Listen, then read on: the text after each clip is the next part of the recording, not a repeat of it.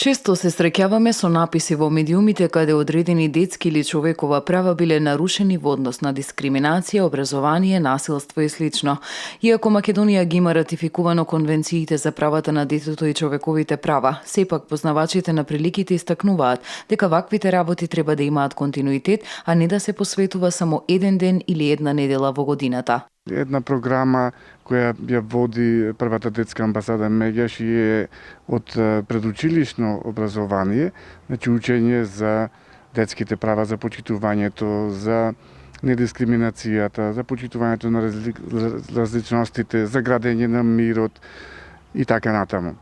Значи тоа е еден процес, значи програми кои треба да се реализираат во континуитет. Децата треба да се информираат за своите права како во иднина би ги граделе своите ставови, а тоа треба да го добијат преку оние кои работат со нив, односно лицата вклучени во воспитно-образовниот процес, како правата од зборови на хартија ќе станат практично применливи. Почитувањето пак на човековите права е во различен период со различен интензитет.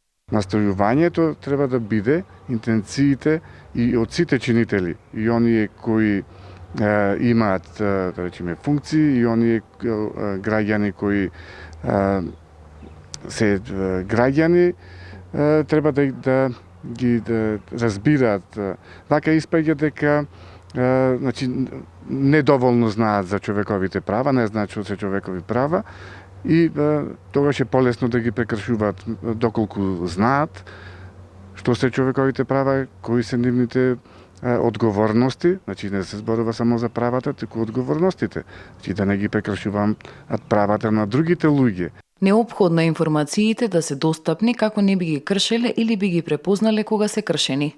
Бегалците се во една многу незавидна ситуација, значи имаат статус на бегалци, заселени од своите огништа, значи се во една нова средина каде што не знаат ни јазикот, не го знаат, нели најчесто се сместени во некои кампови или некои, да речам, привремени центри, каде што значи нивниот начин на живење е многу поинаков од оној што го имале претходно.